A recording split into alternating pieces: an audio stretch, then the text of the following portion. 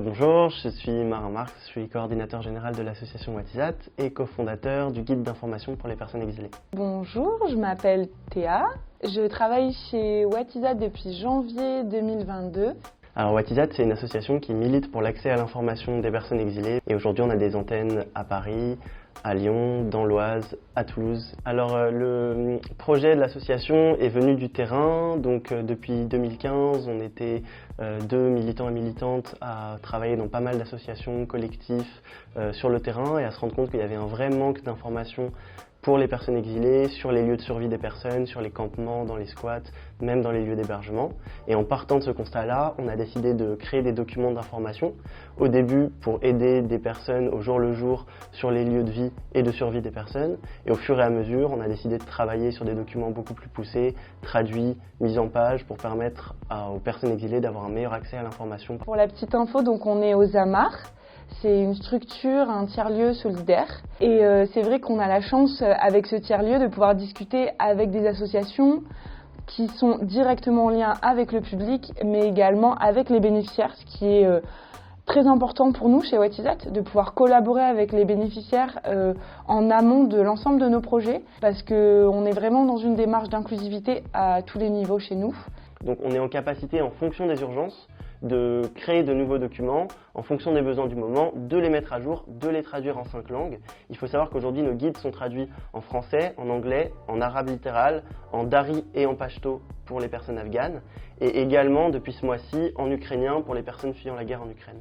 Pour le guide, tout commence par une équipe qui pendant 15 jours va travailler sur la veille info. On va aller échanger avec tous nos partenaires qui sont présents dans nos guides.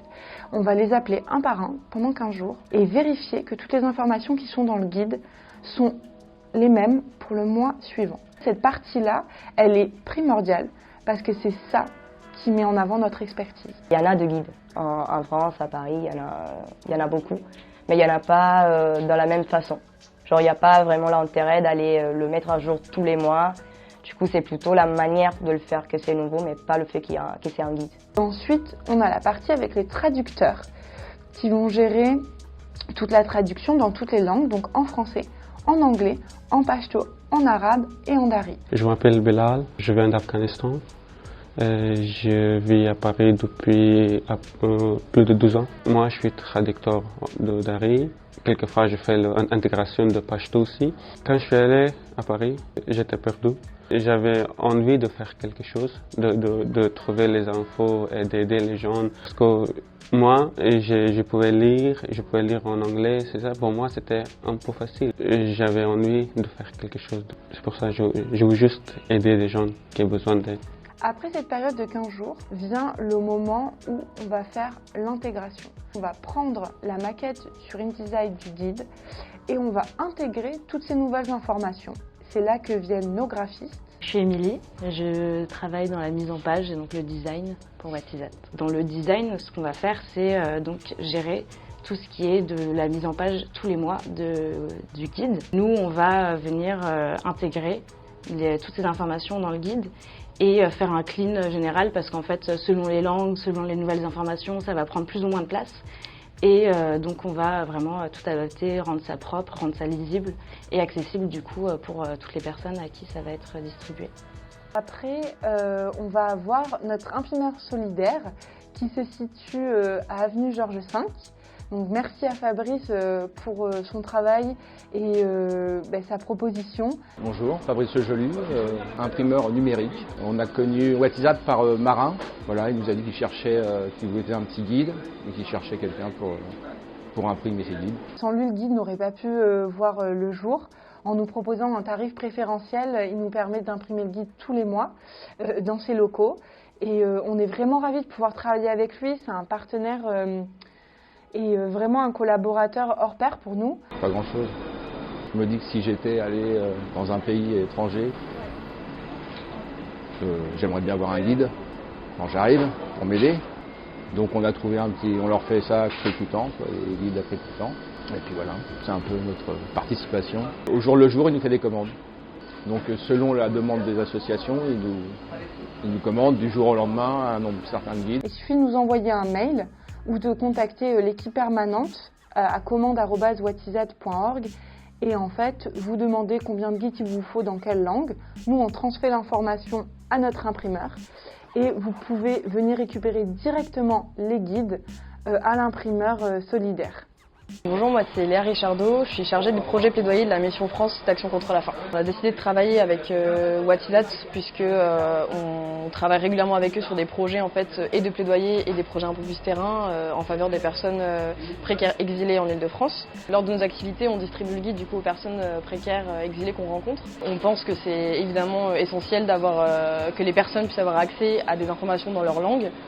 Puisque avoir accès à une information, c'est permettre aux personnes de couvrir dignement leurs besoins de base et aussi donc d'assurer leur bien-être physique et psychologique en fait. Aujourd'hui, une des choses qui est au cœur du projet de Watisat et des choses pour lesquelles on se bat, c'est le travail interassociatif. C'est de pouvoir, à l'intérieur d'un territoire, travailler en partenariat avec toutes les organisations, que ce soit des ONG, des associations, des plus petits collectifs, pour être en capacité d'aider directement les personnes, de ne pas faire doublon dans nos actions et d'être en capacité, quand il y a des situations d'urgence, de s'entraider. Ça fait vraiment beaucoup le lien entre différents assos et c'est pas assez évident, malheureusement. Dans le cadre de la solidarité, il y a plutôt beaucoup des assos qui sont des îles dans un énorme océan.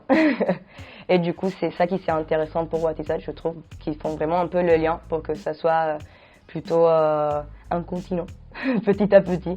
Aujourd'hui, l'Interorga Paris, c'est un collectif de à peu près 70-80 organisations qui viennent en aide aux personnes exilées.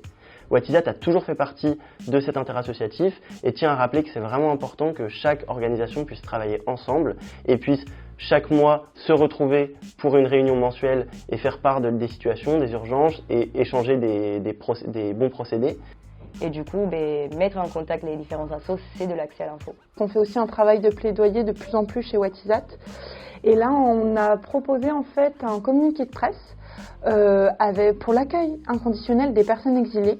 Et on a notamment organisé une tribune à l'occasion de ce communiqué de presse afin de sensibiliser le grand public à nos recommandations afin d'améliorer les conditions de vie des exilés en Île-de-France. Il y a plein de gens qui sont dans une situation inconfortable, indigne depuis des mois, des années en France. Ces personnes, elles demandent l'asile et qu'en fait la protection temporaire qui a été proposée à certaines personnes fuyant l'Ukraine, elle devrait, selon nous et selon la plus de trentaine d'associations qui ont signé ce communiqué de presse, être établie pour toutes les personnes qui souhaitent demander l'asile en France. Aujourd'hui, on organise également des formations.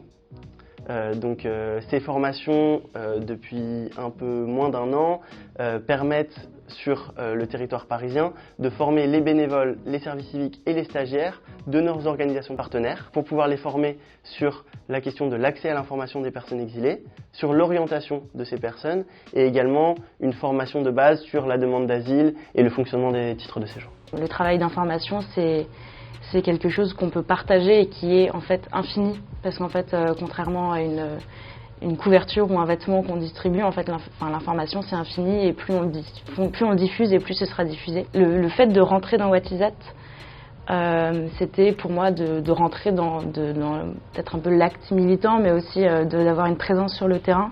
En fait, Watisat, ça me rappelle que la solidarité, j'ai envie que ça fasse partie de ma vie professionnelle et personnelle. Et en fait, j'ai besoin d'être dans une association qui est humaine avant tout et qui valorise l'humain, et qui valorise la bienveillance et qui valorise le vivre ensemble.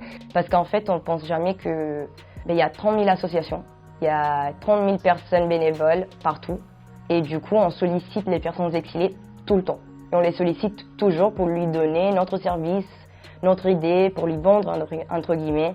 Parce que c'est le truc le meilleur du monde, je vais t'aider. En fait, un truc qu'on fait avec Watisat, c'est jamais te dire je vais t'aider. J'essaye de t'aider, mais c'est pas sûr que ça va marcher. Et ça crée un peu ce lien de confiance avec la personne, de nous dire en fait oui, ça m'a aidé, mais pas beaucoup. Oui, c'était super. Ça serait encore mieux si on mettrait ça. Et je trouve que c'est un peu ça qui c'est l'intérêt de cet assaut. Et au jour le jour, je vois à quel point ce projet aide les personnes. On reçoit énormément de mails tous les jours de personnes exilées qui posent des questions, mais également de personnes exilées qui nous remercient d'avoir pu mettre à jour ces documents de manière rapide, d'avoir pu les aider, que ce soit dans leur procédure ou dans l'accès à des besoins de première nécessité. Donc aujourd'hui, c'est évident que chaque jour passé dans cette association m'apporte énormément de bonheur et surtout une impression d'être utile et de pouvoir faire évoluer le paysage associatif en France. Pouvoir être là pour eux, parce qu'en fait, il y a des gens incroyables chez les personnes exilées. Moi, j'ai fait les plus belles rencontres de ma vie depuis que je travaille avec ce public. Il y a des gens extraordinaires comme de partout dans le monde et il serait temps qu'on les voit tous comme ils sont et j'espère qu'on va continuer.